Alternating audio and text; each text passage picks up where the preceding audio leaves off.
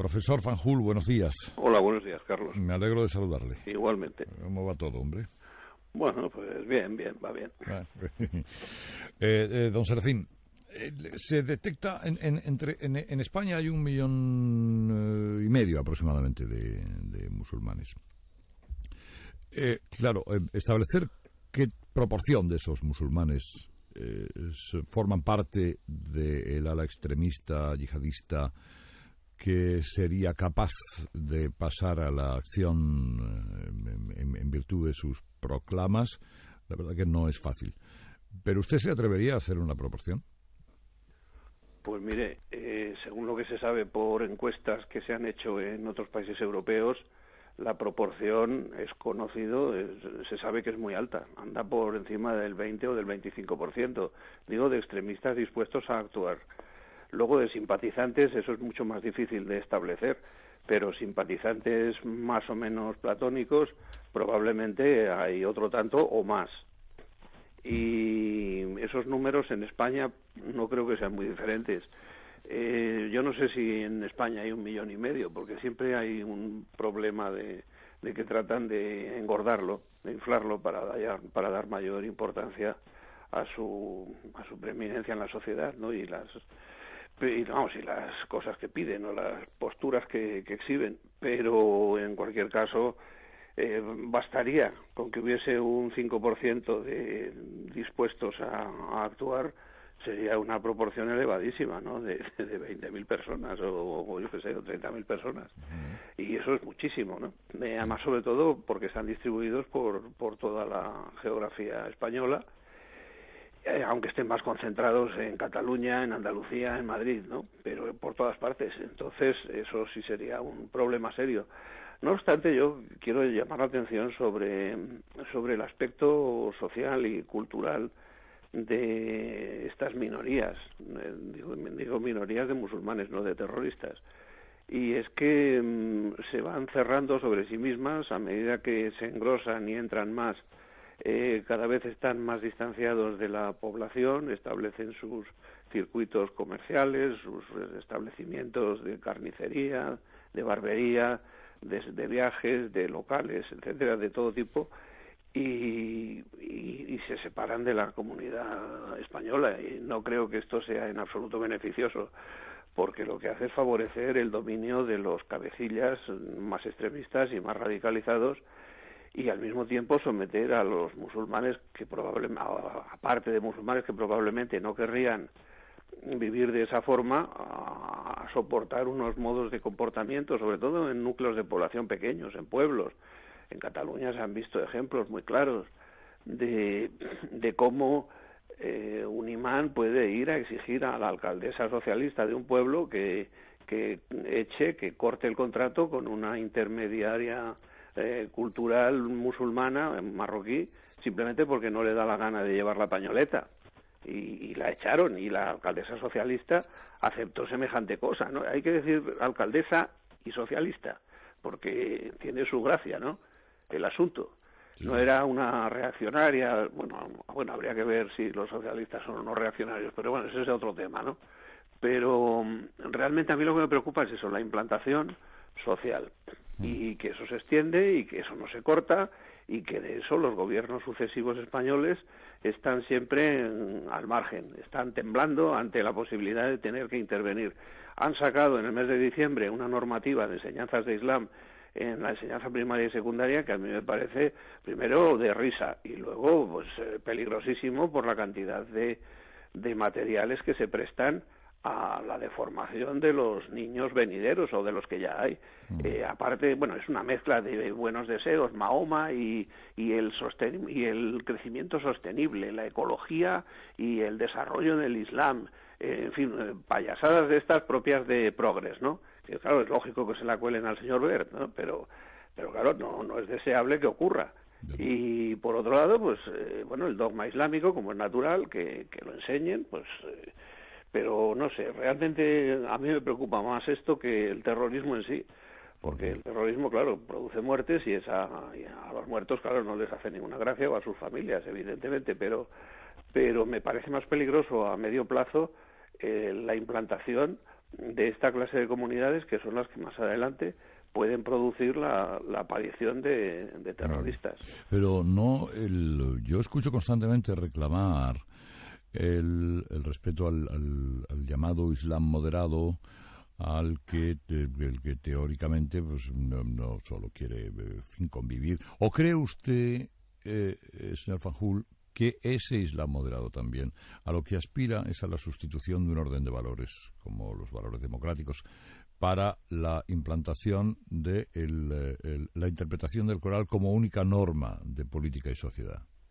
Vamos a ver, dos o tres observaciones. Lo primero, Carlos, yo creo que ya lo he dicho alguna vez en esta emisora y lo he dicho siempre que he podido, aunque parece ser que no se me hace mucho caso. No existe un Islam moderado y un Islam extremista, existe el Islam. Esto es una invención de los políticos y los periodistas occidentales que se niegan a reconocer que hay un problema muy serio enfrente.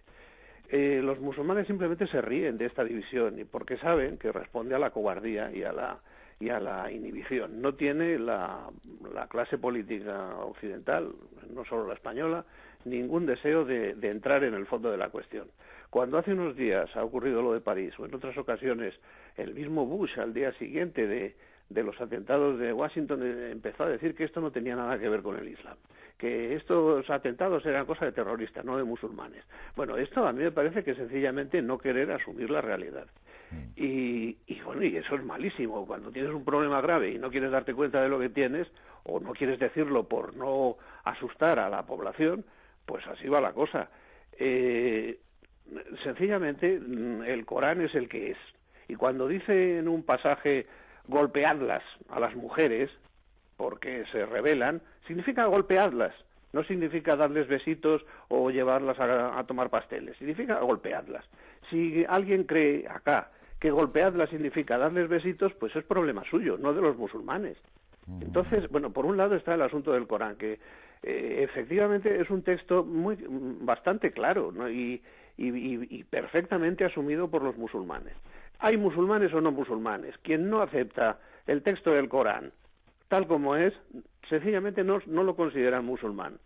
Esta es la realidad. Luego hay otra cosa, y es que no se habla nunca de que las normas más duras, las normas más rigoristas del Islam que vemos y que se aplican y que desgraciadamente suceden, proceden por una parte del Corán, pero sobre todo proceden de la Sunnat en-Nabi, o sea, de la tradición del profeta, de la tradición oral reunida en los hadices, en los dichos atribuidos a Mahoma, que son unos 2000 y pico, y cuya autenticidad pues habría que saber, ¿no? Pero bueno, en el siglo IX hubo dos tratadistas que los dilucidaron, que lo estudiaron, desecharon como 500.000, lo cual quiere decir que los otros 2000 pueden ser tan falsos como el otro 500.000, pero bueno, eso es igual, que sean falsos o no es relevante, la cuestión es que lo creen. Y de ahí es de donde sale la mayor parte de las barbaridades. De esto no se dice nada pues porque la gente no tiene ni idea. Y entonces te encuentras cualquier día, cualquier cantamañanas, en una tertulia diciendo que los hermanos musulmanes son islamistas, no son musulmanes. Lo he oído hace unos días y me caía de culo oyendo esto. Son islamistas, no son musulmanes. Y digo, bueno, vale, pues así no llegamos a ninguna parte, por esta clase de informadores y esta clase de comentadores. Y bueno, no sé qué más añadir sobre este particular. El rigorismo me parece un horror. Nosotros, quiero decir, nuestras sociedades han superado, afortunadamente, hace tiempo esa forma de entender la religión, pero yo no veo visos de que en el Islam eso se vaya a producir. Al contrario, lo que ha sucedido es todo lo contrario. Desde hace casi un siglo en Egipto había desaparecido el velo o había quedado prácticamente como una reliquia arqueológica. El velo de verdad, no lo que llaman aquí velo, el velo. El velo, sí. El velo. Bueno, pues resulta que ahora en Egipto hay muchas mujeres que llevan velo, y no digamos la pañoleta, la llevan todas prácticamente, todas las musulmanas. Cuando yo vivía allí hace años, no hace muchos años, hace como 30 años, que es una época todavía relativamente cercana, ¿no? Bueno, pues no había esa historia del hijab. Nadie llevaba eso.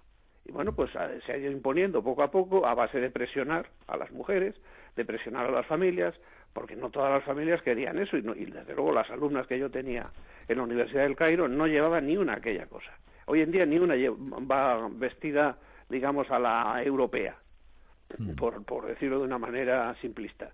Entonces, a mí me parece una regresión terrible. La pobre mujer aquella, Hoda Sha'arawi, que en 1920 tuvo el gesto de quitarse el velo de la cara al llegar a la estación de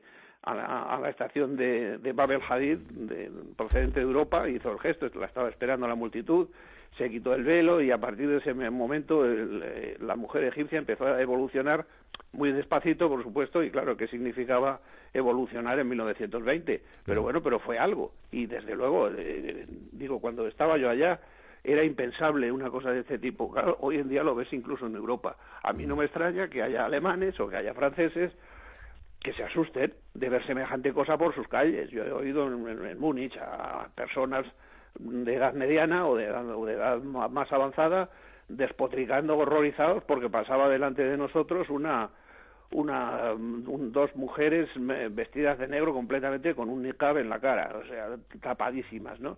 Y estaban pues horrorizados, y pues, ¿cómo nos cae esto aquí? Y claro, no sé en función de qué libertad se puede argumentar que eso suceda y que eso se mantenga, pues no sé. Bueno, pero de ahí, ahora me estaba enseñando Ignacio Camacho algunas páginas donde, concretamente a usted, a él y a mí, bueno, claro, nos llaman islamófobos. Yo escribí algo relacionado con todo ello hace poco en ABC, Ignacio también, y claro, bueno, es inevitable. Es decir, ¿cómo podemos defender que esto no es islamofobia? Pues mire usted, simplemente tratando con normalidad y naturalidad y respeto a los musulmanes, nada más. Es que es que cuando yo digo que el velo me parece un horror, no estoy atacando a los musulmanes, estoy defendiendo a los seres humanos. Entonces, en ese sentido, pues a mí me da igual, yo no me entero de esas cosas de las páginas, si me ponen o no me ponen verde o azul, me da exactamente igual, no miro esas cosas. Pero bueno, comprendo que ustedes que se dedican al periodismo, pues lo tengan que mirar. Y no sé, o sea, ¿por qué tengo que dejar de actuar con normalidad? Porque me van a llamar no sé qué, también dicen que soy fascista. Bueno, pues mire, se equivocan bastante, pero me da igual.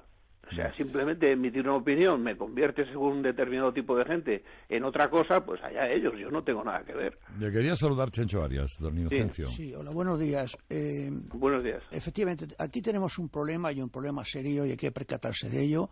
Hay una minoría de musulmanes radicales en cualquier país europeo, incluida España, que están dispuestos a hacer cualquier cosa. Y me temo que habrá más atentados en las próximas semanas y no podemos descartar en España. Pero dicho esto, y a riesgo de aparecer un cantamañanas, voy a echar un poco de agua a las cifras. Yo primero dudo de que en España haya 1,5 millones de personas con religión musulmana. Yo presumo que habrá 1.100.000, 1.200.000. Sí, eso creo yo también. Sí, pero después, sobre todo, ese 20% que ha citado me parece sinceramente exagerado. Un 20% de gente que esté dispuesta a hacer una travesura letal, una canallada como la que ha ocurrido en el Charlie Hebdo. Yo creo que en España no se da ese porcentaje, ni se da en Alemania, ni se da en Francia. El porcentaje es muy inferior al 20%. Pero dicho esto, claro, aunque sea el 2% de 1.100.000, si están dispuestos a cometer un atentado, pues es un problema bastante serio. Y en lo tocante al Islam bueno y el Islam malo, es una forma de simplificarlo, pero pues sí, hay un Islam bueno. Yo también he vivido en un país árabe, yo he vivido en Argelia 3 años y medio, y cuando hablo con amigos argelinos, al oír cuando me comentaban lo de Atocha, pues había muchísimos más argelinos que repudiaban, condenaban y se mostraban horrorizados con lo que ocurrió en Atocha cuando se dijo que eran los musulmanes, que aquellos que mostraban no ya simpatía, que eran delante de mí ninguno, pero ni siquiera pasividad. O sea, y en lo tocante, por último, y esto sería un tema, sé que sería un tema para hablar 2 horas, en lo tocante a la condición de la mujer, la mujer efectivamente está dominada, a veces humillada, en ciertas sociedades árabes, ocupa un lugar que es bochornoso con frecuencia, pero al mismo tiempo, hasta en eso, ha habido cambios. Ahora mismo, en las universidades de la mayor parte de los países árabes, incluida Egipto, incluida Yemen, hay más mujeres que hombres. Es decir, que efectivamente su posición en la sociedad no es la que debería ser en el siglo XXI. Da vergüenza, es bochornoso, pero también en ese sentido se han reducido la barbarie que significa la sumisión de la mujer al hombre. Bueno, ¿puedo contestar? Adelante, Serafín. Bueno, vamos a ver. Primero, lo de las cifras. Las encuestas a las que me he referido son de Inglaterra y son de por encima del 20%. Es verdad que hay una línea muy difícil de fijar entre el grado de disposición a participar activamente en crímenes. Eso es cierto, y no podemos saberlo ni siquiera a través de sondeos ni nada por el estilo. Y efectivamente, con un 2% ya está, ya tenemos el problema. Ya tenemos un problema muy grave porque son muchos miles. Claro. No quiero hacer mucho hincapié en esta cuestión de las cifras, pero a mí me parece que desde el punto de vista de apoyo moral es muy amplio. Respecto a manifestar dolor o simpatía, etcétera, por los atentados que se cometen en Europa, pues, hombre, ahí cada uno tiene la percepción que tiene y habla con quien habla, ¿no? No es lo mismo hablar en determinados niveles sociales, como los que habrá conocido usted seguramente, y otra cosa es ver en Tetuán al día siguiente del 11 de marzo de 2004 a la gente festejando a gritos y divirtiéndose porque nos habían metido las bombas, o ver en Gaza con frecuencia, o no solo en Gaza, también en... Bueno, Gaza no es un buen ejemplo. Bueno, no es un buen ejemplo, pero son musulmanes y tienen un ejemplo. Gaza no es un buen ejemplo. Hombre, no son árabes. Pero, hombre, si son árabes, son musulmanes. Pero, bueno. Demonios, están siendo bombardeados cada año, 10 años sí y año no, por Israel. No es un buen ejemplo. Lo de Tetuán me parece más serio. Bueno, o en la orilla occidental, que también pasaba lo mismo cuando han festejado los atentados en Estados Unidos o en Inglaterra, etcétera. Bueno, son cosas que ocurren. Yo no digo que eso sea una cosa generalizada. No es generalizada. Esa es la cuestión. No, pero bien, hablamos de lo que se ve, no de lo que no se ve. Entonces, es un estado de ánimo lo que eso refleja. Sobre todo refleja un estado de ánimo, un estado bastante extendido, y esto creo que sí que está claro. Es un estado de actitud bastante extendido. Respecto, no sé cuál era la otra cosa, no sé cuál era el otro aspecto de la cuestión. No, el Islam bueno y el Islam malo. Lo del Islam bueno y el Islam malo. Bueno, yo qué sé, insisto en que hay unos textos. Si te sometes a ellos y sigues la conducta que esos textos marcan, y lo que marca la costumbre, ojo, y lo que marca el consenso de la comunidad, eres musulmán. Y si no, pues no lo eres, sencillamente. Y esto es lo que piensan los musulmanes. Y cualquier otra historia, cualquier otra interpretación, es una interpretación de acá. Y ahí sí que hay que hablar de interpretación, no de interpretación del Corán. El Corán está clarísimo. Y bueno, ahí sobre esto hay varias líneas de estudio que ahora no viene a cuento enumerar, ¿no? Pero desde el punto de vista del texto está clarísimo. Pues, querido Serafín, que le mando un abrazo muy fuerte como siempre. Bueno, pues muchas gracias igualmente. Sigo leyéndole. Serafín Fanjul, a la vista. Gracias por todo.